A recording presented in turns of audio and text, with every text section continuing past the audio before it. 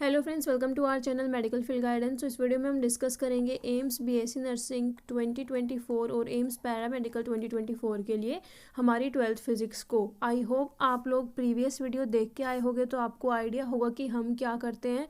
सबसे पहले मैं आप लोगों को एक चैप्टर की वैरायटी के बारे में बताती हूँ कि यहाँ से इस चैप्टर से पर्टिकुलर ये टॉपिक्स जो हैं इंपॉर्टेंट है। लाइक एक चैप्टर है, उससे मैक्सिमम आपके 10 से 15 वैरायटी के क्वेश्चन आते हैं।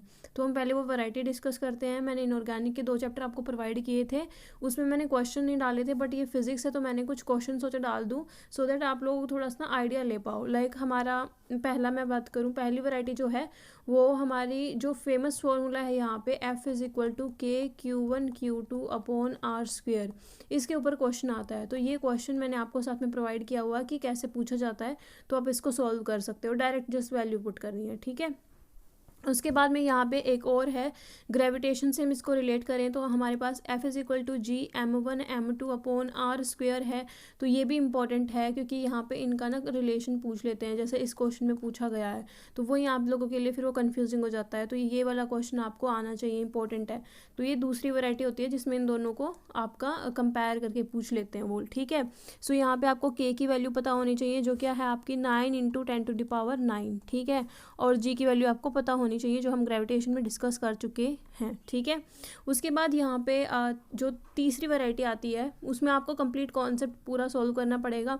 तो आप वो उतना टाइम होता नहीं है, डायरेक्ट ही आता है क्वेश्चन, तो हम डायरेक्ट फॉर्मूला याद रखेंगे। जो F होता है वो हमारा mg sin थीटा होता है। F क्या होता है हमारा mg sin थीटा होता है, सॉरी tan थीटा होता है, ठीक है, tan थीटा। तो यहाँ पे tan थीटा, आपसे थीटा की वैल्यू पूछ लेते हैं, तो tan थीटा इक्वल्स टू क्या हो जाएगा F/mg, क्या हो जाएगा F/mg। अब यहाँ पे आप लोगों को ना साइन कोस tan इनकी ना वैल्यूज़ पता होनी चाहिए, पर्टिकुलर किस एंगल पे क्या होती हैं।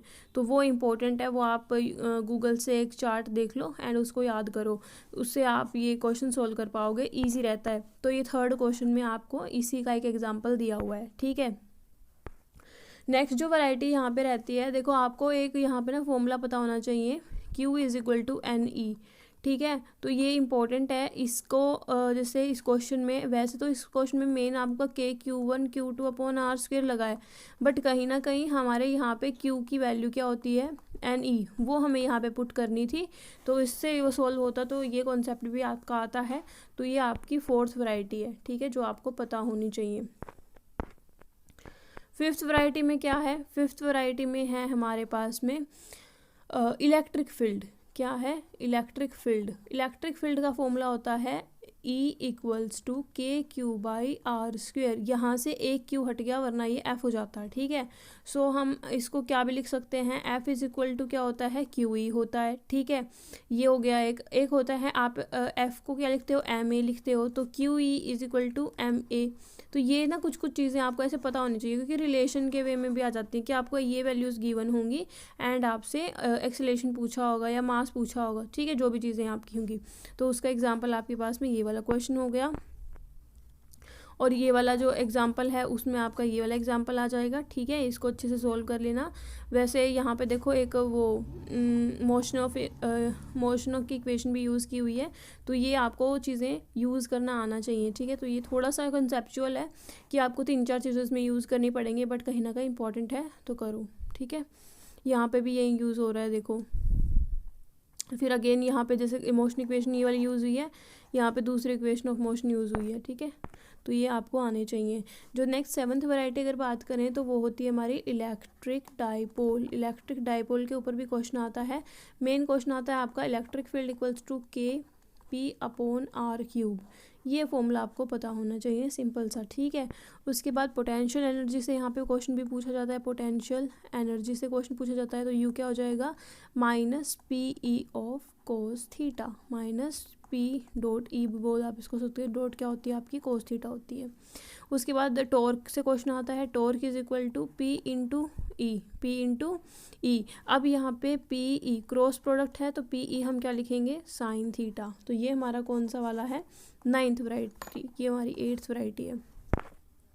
एग्जाम्पल यहाँ पे है ही, इसको सोल्व कर लेना। उसके बाद हमारे पास में ये एक वैरायटी है जिसमें हमसे क्या पूछा गया है इलेक्ट्रिक फ्लक्स। क्या पूछा गया है इलेक्ट्रिक फ्लक्स, जो हमारा होता है phi = Q/m। Epsilon not. तो ये आपको पता होना चाहिए। फाई का एक और है E.ds, ये भी आपको पता होना चाहिए। दोनों ही इम्पोर्टेंट है। ये किसका है? आपका गॉस थ्योरम से, ठीक है। तो ये आपको पता होने चाहिए। उसके बाद आई होप ये चीज़ें समझ में आ गई होंगी। बस यही वैरायटी करो, इतना ही आपका पूछा जाता है। ज़्यादा नीट में जाने की ज़रूरत नहीं है कि आपको पूरा चैप्टर का कॉन्सेप्ट आना चाहिए। बस ये फॉर्मूले डायरेक्ट हैं छोटे छोटे, इनको अप्लाई करो इन क्वेश्चंस में and you can now complete this chapter, ठीक है। और ये चैप्टर से बाहर से फिर कुछ आएगा भी नहीं। एग्ज़ाम में अगर तुम्हें क्वेश्चन मिलेगा तो तुम आओगे इस वीडियो में और कमेंट में डालोगे कि हाँ दीदी यहाँ से इससे क्वेश्चन आया है, इससे क्वेश्चन आया है। वो आपका ऑब्वियसली एग्जामिनर पे डिपेंड करता है, बट क्वेश्चन इससे बाहर नहीं जाएगा, ठीक है। देखो तुम्हारे 10 मिनट में पूरा एक चैप्टर मैंने रिवाइज करवा दिया। अब तुम्हें ये क्वेश्चन करने में ना टाइम नहीं लगेगा, 15-20 मिनट का टाइम लगेगा। ये PDF में टेलीग्राम चैनल पर डाल दूँगी, तो वहाँ से सॉल्व कर लेना। यहाँ पर दिख भी नहीं रही होगी तुम लोगों को, ठीक है। उसके बाद अब हम कल क्या करेंगे?